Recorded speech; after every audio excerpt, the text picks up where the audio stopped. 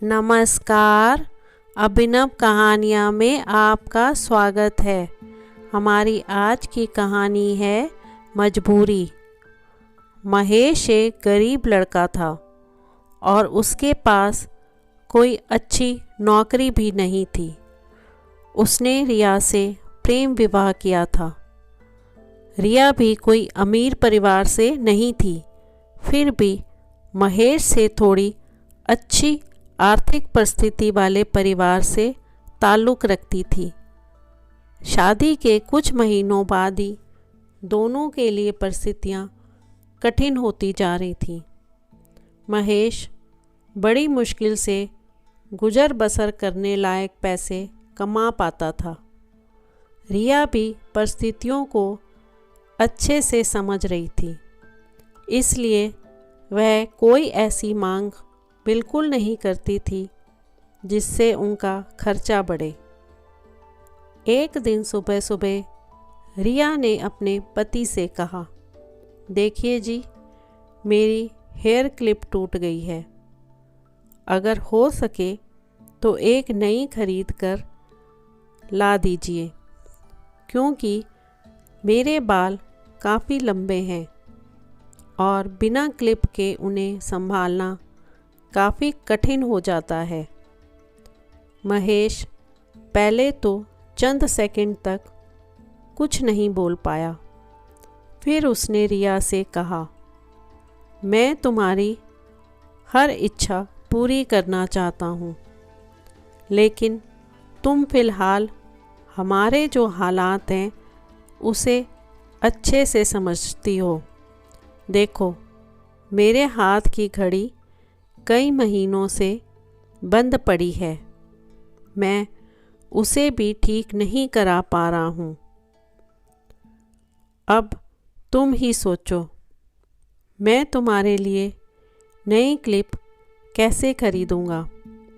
महेश अपने काम के लिए निकल गया, लेकिन पूरा दिन वह यही सोचता रहा कि रिया ने पहली बार उससे कुछ मांगा था और वह उसे क्लिप लाकर देने के बजाय उसे अपनी मजबूरियां गिनाकर आ गया।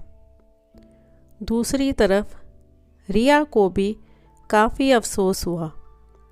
वह सोचने लगी कि वह तो अच्छे से जानती थी कि उसका महेश कितनी कठिनाई से खाने पीने के लिए पैसे कमा पा रहा है।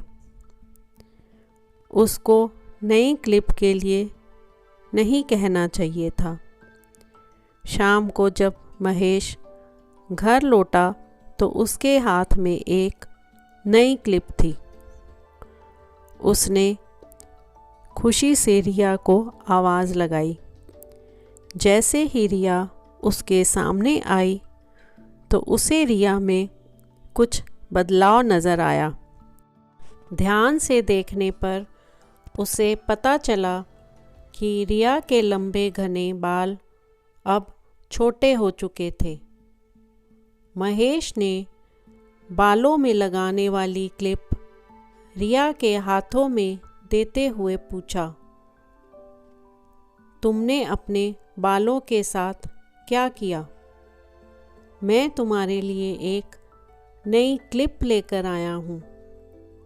रिया ने अपने हाथ में पकड़ी हुई नई घड़ी महेश के हाथ में पहनाते हुए कहा, अब मुझे इस क्लिप की ज़रूरत नहीं है, क्योंकि मैंने अपने लंबे बाल काटकर उन्हें बेच दिया है और उनसे जो पैसे आए उनसे मैंने आपके लिए घड़ी खरीद ली। रिया की बात सुनकर महेश की आंखों में आंसू आ गए। रिया ने महेश के आंसू पोंछते हुए कहा, आप क्लिप के लिए पैसे कहाँ से लाए?